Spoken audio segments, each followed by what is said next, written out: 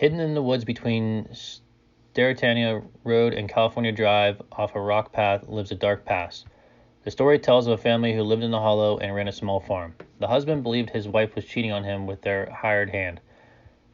In a rage one evening, he grabbed the farmhand's axe and chased his wife down the narrow path in the woods. She collapsed on a stump where she took her last breath as her husband beheaded her.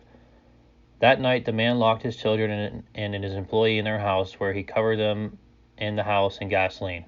He lit a match and killed them all, but not before hanging himself alongside them at the house. Years after, a couple was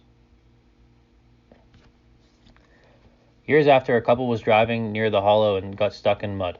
As the man exited the car to walk to the nearest town for help, he warned his girlfriend to lock the doors. As the woman sat in silence, she heard a thud followed by a voice demanding her to step out of the car. Thinking this was a police officer, she exited the vehicle, only to see the head of her boyfriend laying next to the car. With a flash of lightning, she saw a man gripping an axe in one hand and a lantern in the other. She spun and ran into the hollow. She was found the next day near the stump and foundation of the axe murder house. Her boyfriend nor his car were ever found.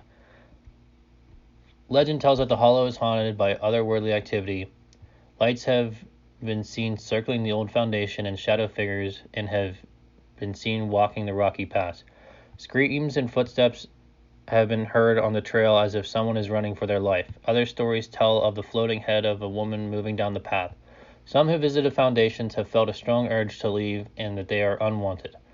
Some tell that when they stepped inside the foundations that they were forcibly pushed out. The property has been sold and developed into housing plans. The old foundation of the original house no longer exists, but the river still cuts along the old path past the tree stump where the woman first lost her life, setting off a flurry of paranormal activity in the hollow.